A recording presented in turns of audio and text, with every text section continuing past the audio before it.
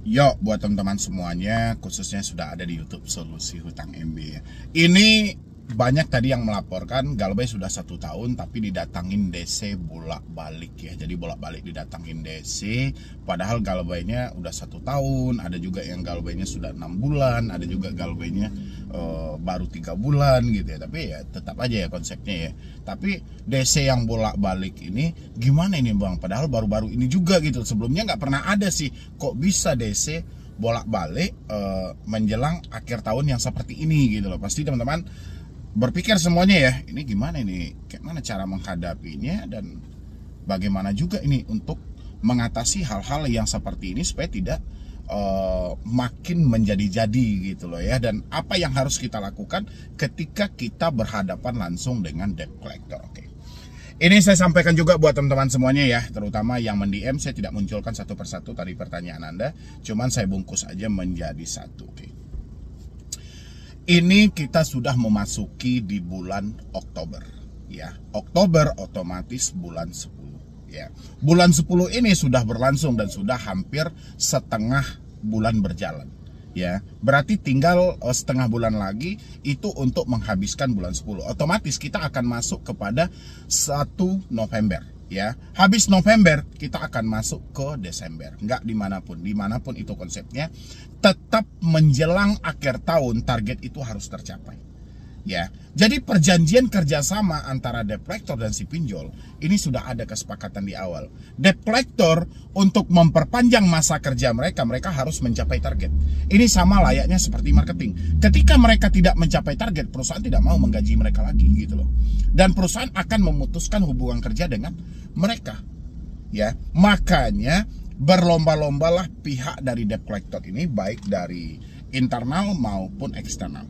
Internal berlomba-lomba mengejar target melalui telepon, melalui WhatsApp, melalui email. Eksternal berlomba-lomba mengejar target untuk mendatangi para nasabah. Ini bukan berarti semuanya Anda akan didatangi ya, tapi akan ada beberapa kota yang mereka datangi oleh beberapa pinjol-pinjol besar. Tidak semuanya juga, karena kan kemarin saya juga bahas tuh bahwasannya tidak semua pinjol-pinjol ini mempunyai debt collector atau pihak ketiga mereka yang untuk mendatangi Anda, karena banyak pertimbangan. Tapi di beberapa pinjol-pinjol besar itu mereka ada, dan umumnya daerah-daerah yang terjangkau oleh mereka ya. Itu harus teman-teman pahami. Jadi teman-teman nggak usah terlalu khawatir, Bang kok saya Galbay udah 1 tahun kok baru-baru ini mereka malah bolak-balik datang ke rumah. Saya Galbay udah 6 bulan, DC baru muncul sekarang gitu loh. Saya Galbay sudah 3 bulan, DC baru datang hari ini ya. Jadi teman-teman gak usah khawatir dengan hal-hal seperti itu. Oke. Sebelum kita berkomunikasi dengan debt collector, teman-teman itu harus ya, Anda harus hafal ini. Pertama kita harus mengcek identitas dari si debt collectornya dulu. Kenapa penting? Bahwasanya hutang-hutang kita ini nggak mungkin kita berbicara dengan orang yang terkadang tidak ada kejelasannya ya. Makanya penting untuk kita ngecek kelengkapan mereka, identitas mereka atau ID card mereka. Kita harus lihat dulu ya, benar apa tidak mereka dari sebuah perusahaan yang mana kata mereka mewakili perusahaan itu tempat kita berhutang. Yang kedua adalah kita harus cek soal surat kuasa mereka, surat kuasa atau surat penagihan mereka, yang mana mereka benar-benar dikuasakan untuk menjemput tagihan kepada kita. Yang ketiga adalah si debt collector harus menunjukkan sertifikat profesi di bidang penagihan ya. Ini adalah syarat yang penting. Kalau mereka tidak mau menunjukkan sertifikat profesi di bidang penagihan, teman-teman jangan berbicara dengan debt collectornya.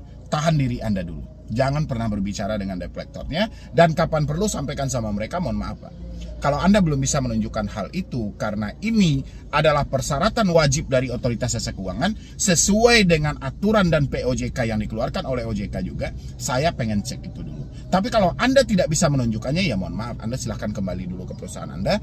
Habis itu Anda lengkapi dan Anda balik lagi ke sini, baru kita bisa berbicara mengenai hutang-hutang saya. Paham nggak teman-teman semuanya? Berani nggak menyampaikan hal itu? Banyak juga orang-orang yang menyampaikan sama saya, Bang, kami bukan nggak berani Bang, kami sudah coba menanyakan hal-hal seperti itu. Yang terjadi adalah terjadinya perdebatan sengit antara kami dan penagih hutang. Oke. Penagih hutang sengaja untuk mendebat Anda karena mereka tidak mampu menunjukkan apa yang Anda minta. Makanya terjadilah negosiasi. Negosiasi yang saya maksud ini, si debt collectornya akan menunjukkan surat itu kalau Anda berjanji akan bayar lunas. Kan selalu seperti itu kan gertakan dari pihak debt collectornya. Debt collector pasti nyampaikan, kami tunjukkan apakah Anda mau bayar lunas. Ya, cukup Anda tunjukkan POJK-nya tadi, tolong sampaikan. Ini ada nggak OJK menyampaikan setelah debt collector menunjukkan Anda harus bayar lunas, ada di bawahnya. Ada apa tidak gitu loh. Ya nanti saya pajangin di sini juga gitu loh. Biar teman-teman juga paham gitu loh. Kalau tidak ada, jadi sampaikan sama debt collector, Anda ada nggak mempunyai hal-hal yang saya minta tadi? Atau sesuai dengan yang diarahkan oleh OJK. Kalau tidak ada, ya sudah Anda keluarlah dulu. Ya kan? Kalau Anda tidak terima kan Anda bisa laporkan sama perusahaan Anda. Perusahaan Anda kan sudah ada menyediakan resiko untuk saya.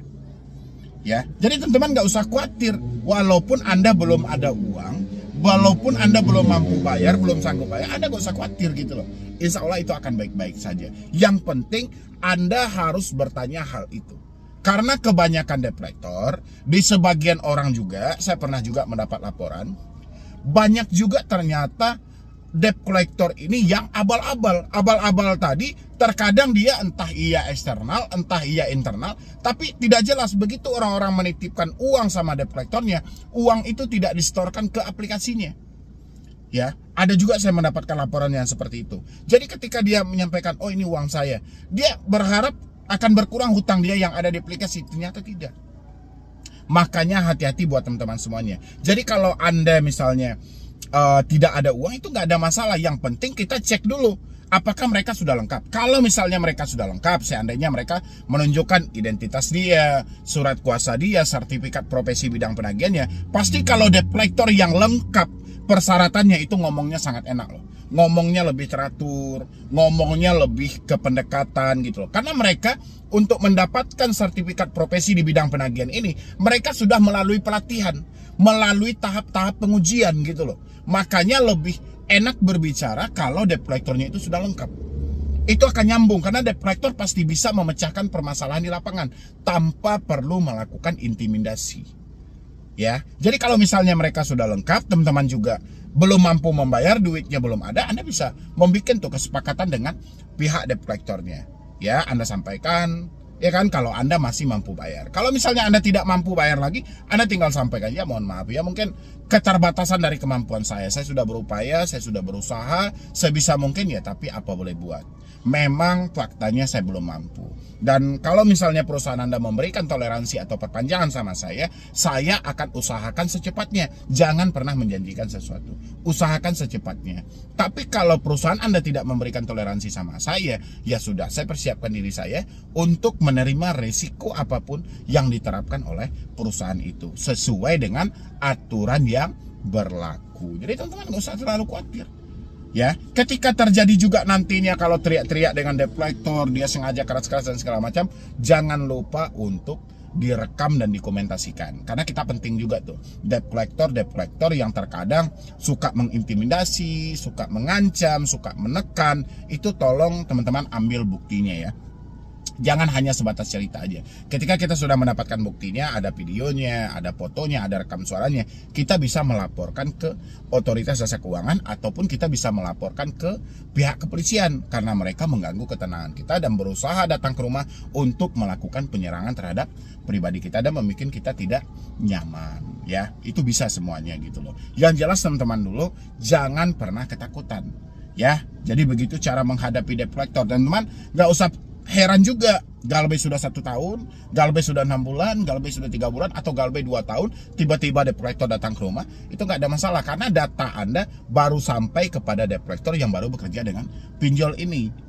Ya kan, baru bekerja sama dengan pinjol ini. Dan karena mereka mengejar target, mereka harus di training selama 3 bulan, atau mereka hanya dikontrak selama 3 bulan, harus mencapai target untuk memperpanjang kontrak mereka, ya makanya mereka berlomba-lomba untuk melakukan penagihan terhadap teman-teman semuanya. Ya, Mudah-mudahan dengan sesingkat video ini teman-teman semuanya paham, tidak ada yang perlu panik lagi, tidak ada yang perlu Anda streskan lagi, insya Allah semuanya akan baik-baik saja. Yang penting tetap bekerja dan berusaha, jangan hanya memikirkan kapan DC datang, daerah mana yang itu nggak usah dipikirkan gitu loh. Yang penting yang Anda pikirkan bagaimana kita bisa makan pagi, siang, malam. Ya, penuhi kebutuhan hidup kita.